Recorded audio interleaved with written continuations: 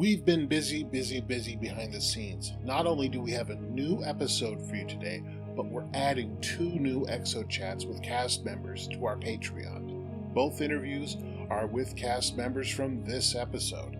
David Loftus has a long chat with us, available now to our patrons. We'll be adding a quick chat with Steffie D, who you hear for the first time in this very episode as well.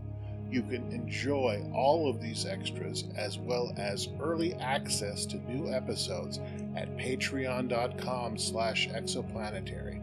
We're very grateful to our patrons and supporters and want to keep working to make fun extras for them and for you. If you can, now is a great time to join us. patreon.com/exoplanetary. Our formerly isolated world is changing, and we're preparing for that.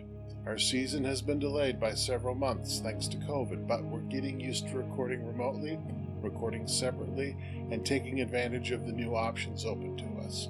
Hopefully we're going to take what we learned and moving forward we'll have a lot of great new options to get episodes out to you. If you can't support financially, please tell people about the show. Tell them on social media. Maybe consider writing us a 5-star review on one of the podcatchers. We're not reading them on the show right now, so don't be afraid, don't be shy. I'll look for your permission to do that if you like. If you do tell people about it, let us know. Reach out on Facebook at Exoplanetary Media, on Twitter at Exoplanetary Pod, and by email at exoplanetarymail@gmail.com. Just keep getting the word out about the show and let us know about it so we can thank you personally. With that, on with the show.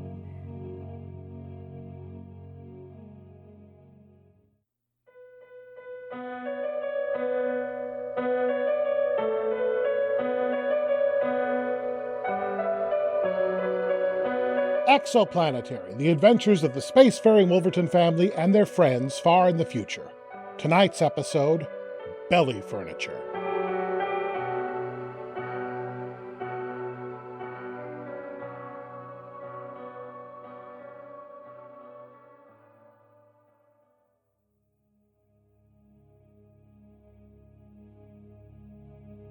Deep in the heart of the lunar metropolis, on the corner of Jemison and 216th, is Yacoub's Diner. For blocks in every direction, there is fine dining covering every cuisine known to humankind. Yacoub's was the last of its kind, a 20th century style American diner. Denver omelets, patty melts, hominy grits, chef salad, French toast, Reubens, pancakes, wheat cakes, and Johnny cakes. Hot coffee, black, light, extra light, black and sweet, or coffee regular. Tradition. It started 500 years earlier. The first Yacoub to live on the moon specialized in hydroponics. He helped harvest produce and eventually married a woman who urged him to go into business for himself.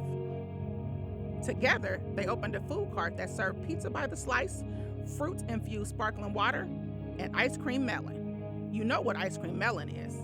A tiny melon that fits in the hand. You scoop out the seeds, and you put ice cream or yogurt in the basin. Delicious. In a few years, they moved from the food cart to the diner. Centuries of Yacoub started their lives bussing tables, washing dishes, and cooking food for the good people of the neighborhood. Growing up, my father was in charge of the diner, taking over from his parents. Times change, though, and we have to grow with them. Soon, our family will be looking to the future, beyond the diner, beyond the moon.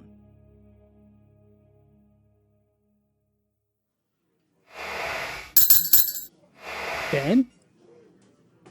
Is that you? Hello, Ishmael.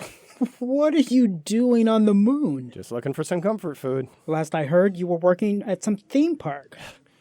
It's a long story. I expected that I'd have to fight to find a seat at the counter this time in the morning. Life in the city isn't what it once was. It's the exoports for one. Fat cats buying up all they can, driving up the rents here in the city. Regular folks are heading out to the other systems, trying to find something else to do with their lives. It's cheaper to be a pioneer. I knew things were rough. Breakfast crowd's all but gone. Lunch isn't too bad. but I have it better than the others. The Bellissima. You remember that trotter reader up the street? Sure. Gone. A year ago. It's over. You're not shutting down. You can't do that. Yacoub's is an institution. Being an institution doesn't pay the bills. Of course. It's just, we practically grew up here. Bussing tables, washing dishes, taking orders. I could use you again, Ben. What I have in mind, we could use all the help we could get. It's funny you mention that, Ishmael.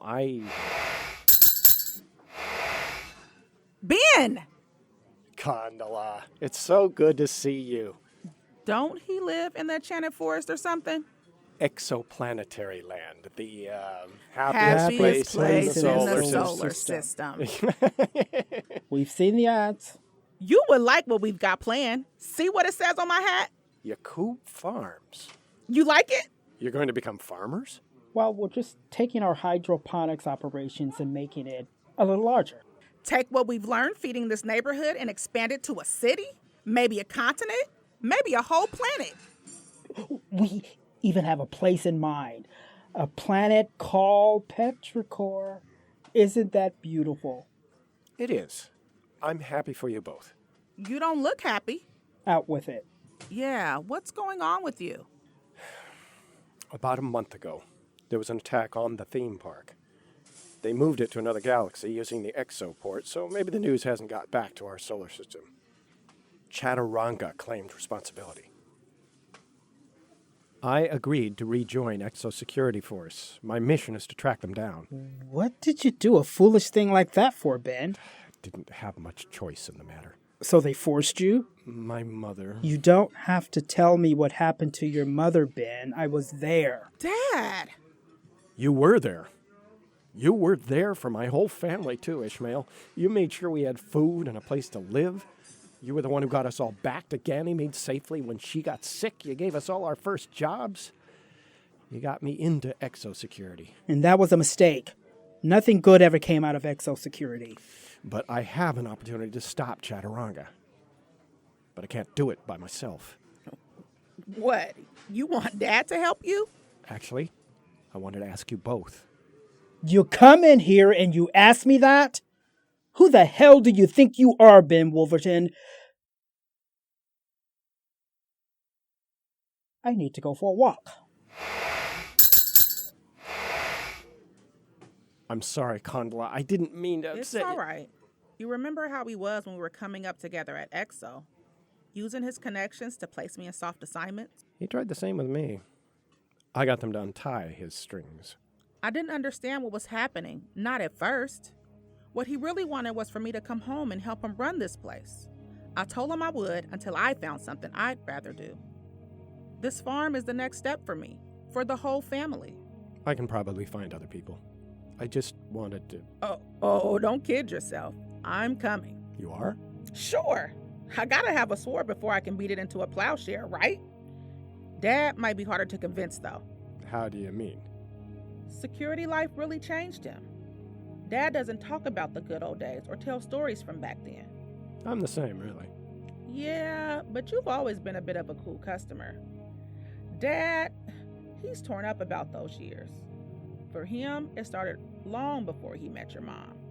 There's a haunted look that comes over him when he talks about it. I had no idea. As we get older, we often look back with confusion, even anger, at what we did when we were younger. I've done a bit of that myself. Let me show you where you can find him. I didn't mean to disappoint you. You didn't disappoint me. It's hard to think of those years. What happened to your mother? She's still alive. If you hadn't been there, I would have been orphaned a second time. It was all a terrible mistake. You say mistake? I made choices. You expect me to believe that you chose what happened to my mother? That's nonsense. It wasn't just your mother, Ben. I made so many bad choices in my life. What, like taking the chicken fried steak off the menu? Something that happened when I was in security. Your mother used to ask me about evictions. She'd been through one when Alice was a girl. Yeah, I know. In my first year, I must have done hundreds of evictions, taking people from their homes, throwing them into employment centers on Ganymede, and trying my best not to think about it, to tuck my feelings away. It's just part of the job. That must have felt terrible. One day, I'm on the assignment, feeling numb already, and I haven't done anything yet. I step out of the van and I recognize the neighborhood. It was my brother's neighborhood. Oh, no. I did my best to harden my heart with every step I took. He could have asked me for the money, I reasoned. I would have helped. I helped drag my brother and his partner out of their home and loaded them into a cell bound for Ganymede just like that. Wow. I'm sorry. Nothing to be sorry about.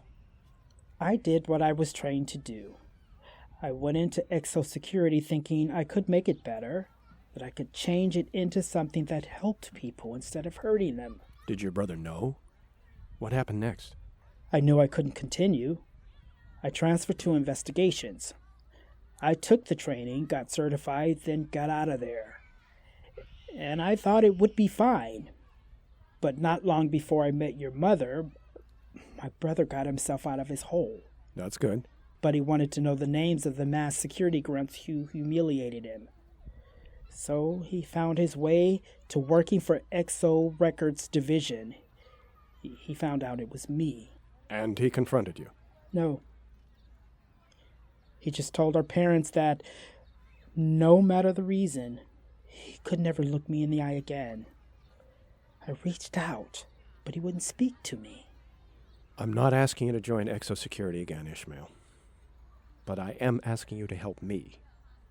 I can go it alone if I must, but if you help me, we can finally be rid of Chaturanga and all the destruction they cause.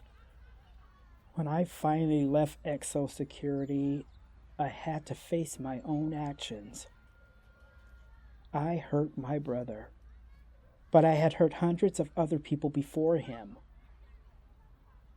When I acknowledged what I'd done, I thought back on every single eviction, every single person I sent to Ganymede.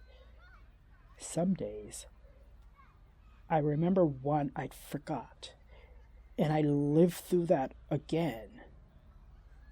There isn't a day I don't think about those people. I didn't just fail at making Exosecurity better. I let myself become corrupted by it. Corrupted in a way I will never heal from. I didn't understand. I can't help you, Ben. I made those choices and I have to live with them. I wish I'd never been that person. I wish you never gotten involved either. It's a bleak life when you pick up a gun and think you're changing the world for the better. Thing is, I know you're right. But I also don't feel like I have a choice.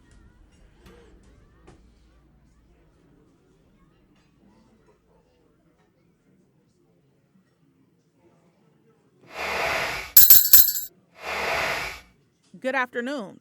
Calvert. Hello, Condola. Calvert. You look so... Condola, could you please get my friend Amelia something to eat? I'll be back shortly.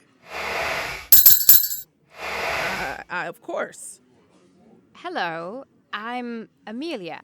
Condola Yacoub. Charmed. I like your hat. Oh, the farm, yes. I'm hoping to settle there in a few months. Lovely. I grew up around farms. Really? Where? There's only a few hydroponic farms around the moon. Actually, I can't quite place your accent. Yes, I meant hydroponic farms, of course. I've read a little about hydroponics. You're planning to settle on an exoplanet and start a hydroponic farm? Hydroponics at first. Where we're headed, though, we should be able to grow crops in the soil. That's quite something, owning your own land.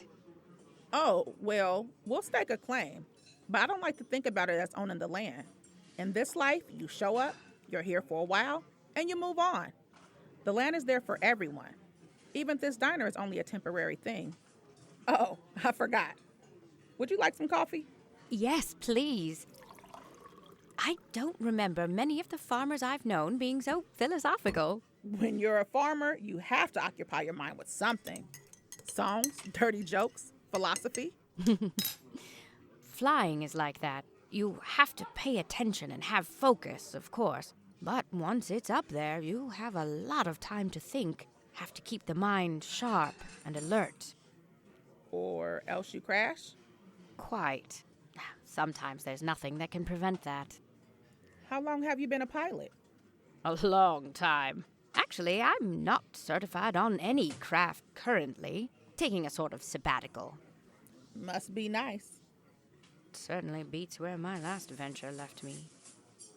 Tell me, my philosophical friend, if someone asked you to do something you knew was against your principles in exchange for saving your life, could you still go through with it? Against my principles, how? Like eating ketchup on a hot dog? No. Say you were shipwrecked on a strange planet. No supplies, running out of oxygen. Then a stranger offers to rescue you, but only if you cause another total stranger to die. This happened to a friend of yours or something? It's an idea for a novel. I thought I might turn my hand to fiction. Well, okay. Like a thriller? I don't know. In that situation, you're clearly being manipulated. Clearly. Save your own skin.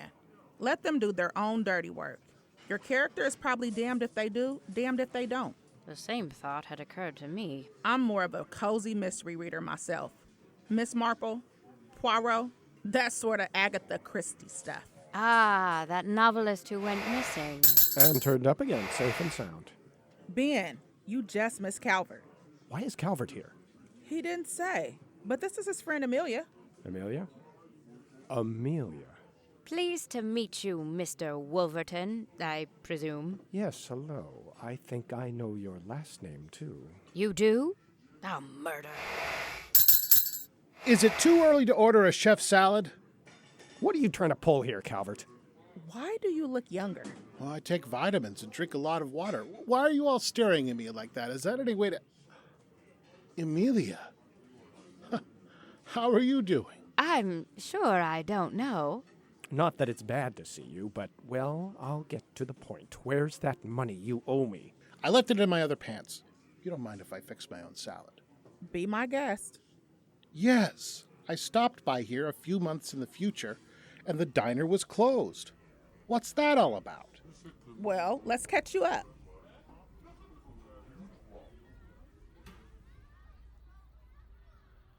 Hello, old friend. Calvert, what are you doing here?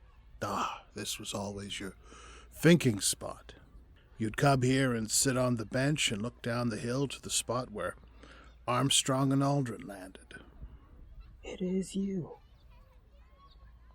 You look so different, Calvert. So much older. I think I'm older now than you are. It's hard to keep track. If today is the day, you've been seeing me come into the diner every day for a month. Yes. You keep trying to talk me out of closing down. I found out that the diner was closing and I got sentimental about it. I came and had lunch there over and over again, as many times as I could before you closed. Then you pay me and go wash the dishes. I'm a time traveler, Ishmael. I get to go back and see things as they were and forward to see how they turn out. Next time you see me will be in the diner. I'll be eating a salad, talking to Ben and Condola, and another friend of mine.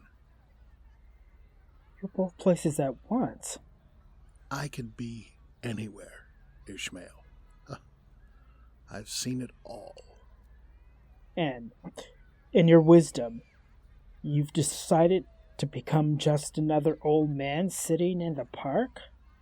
Ishmael, you need to go with Ben. No, that's not for you to tell me. Then you know that Ben will go without you. And Condola. will go with him. She's grown. She can do whatever damn fool thing she wants. Without you, Ishmael, neither one of them will survive.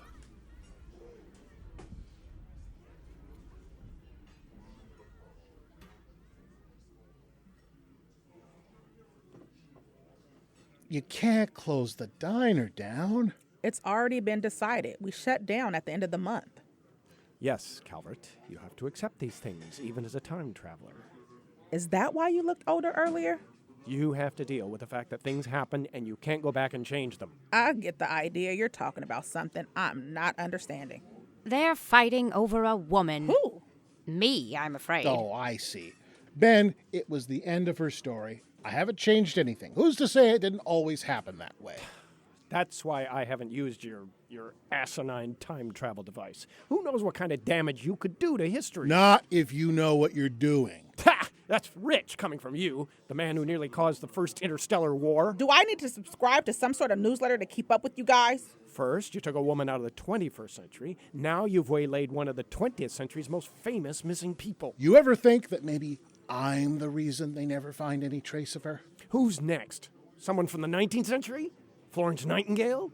Ada Lovelace? Susan B. Anthony? Don't bring my ex-girlfriends into this. Enough! I am perfectly capable of defending myself here.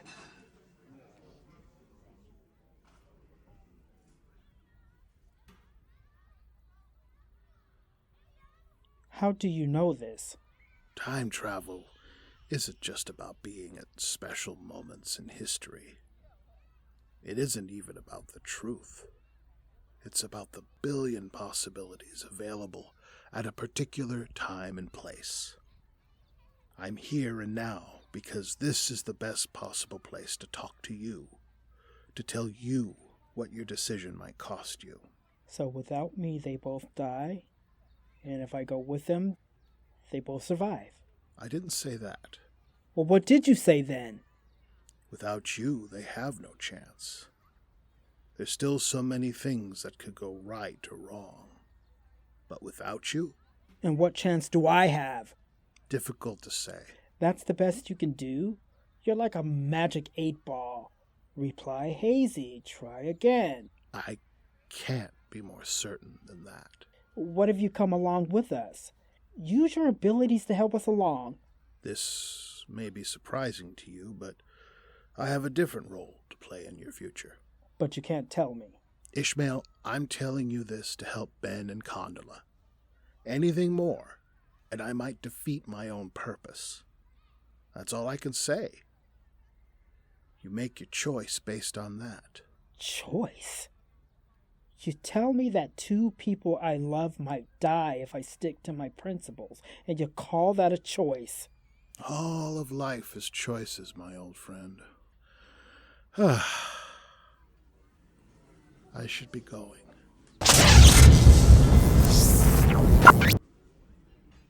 My God. Mr. Wolverton, whatever you might think of your brother, he's done nothing to alter history in any significant way. Since coming to the moon, I've carefully studied my history, including what's known of my disappearance. He's changed nothing.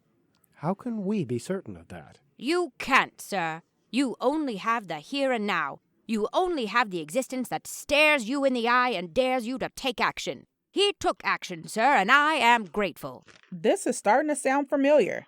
I'm really loving this chef salad. The artificial ham is perfect. If Calvert were heartless, he'd have let me die. Would you have me dead, Ben Wolverton? I'm sorry, Ms. Earhart, you're right. But it's my hope that he'll be careful in his other adventures. I promise to be careful. Calvert, you're talking with your mouth full again. Sorry. Why don't we ask them to join us, Ben? I think that it's probably better if we don't. You're on your way somewhere, aren't you, Calvert? I have an appointment at the Knickerbocker Hotel. What year? Might be dangerous. 1984. Nobody will recognize me then. I'd love to see the 1980s. Why not? You ever read Harry Houdini? Dad. Hello, sweetheart. Ishmael, I've been thinking. I've I been believe thinking it's too. probably... I can't let you go alone. It's far too dangerous. You mean it? What changed your mind? It's not fair for me to let my fears and anger about my past hold me back in the present. I'm not the person I was yesterday, the day before, or 30 years ago. I am who I am today. I'm happy to hear that. What about the farm? I'm not going to Petrichor without you, baby. We'll go once we get through helping Ben, and once we do, I put that life behind me forever. Understood. Can't help keep an eye on your baby girl, huh? Yes, Condola, you caught me. What are you guys up to? Nothing you need to worry about, Calvert. Oh man, you don't have to pay. Oh, I gotta pay. And then I go wash the dishes. And I brought help. I'm sure you're not referring to me. I'm a 20th century feminist icon. Besides, I only had a coffee. There aren't that many dishes anyway. Well, then we'll stay for the lunch crowd. Have another cup of coffee. Talk about this farm you're starting. Oh yeah. It's a beautiful spot. A planet called Petrichor. You know what it means? The smell of rain on dry soil. It sounds lovely. Yes. I hope to spend the rest of my life there. What do you suppose changed Dad's mind? I'm not sure, but I'm grateful. And what Calvert said? Time travel? It's a long story. I hope she's right that he's being careful. Careful with history. And careful of her. What do you mean? It's just a feeling.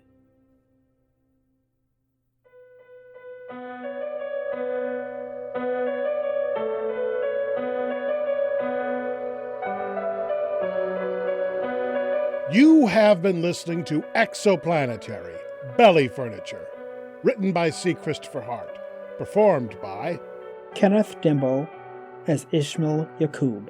David Loftus as Ben Wolverton.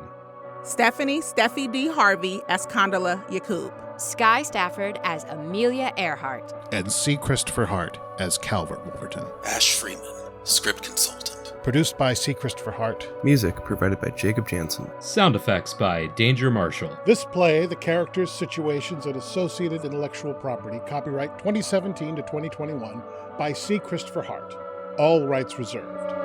Recorded remotely and at the Willamette Radio Workshop in sunny Portland, Oregon.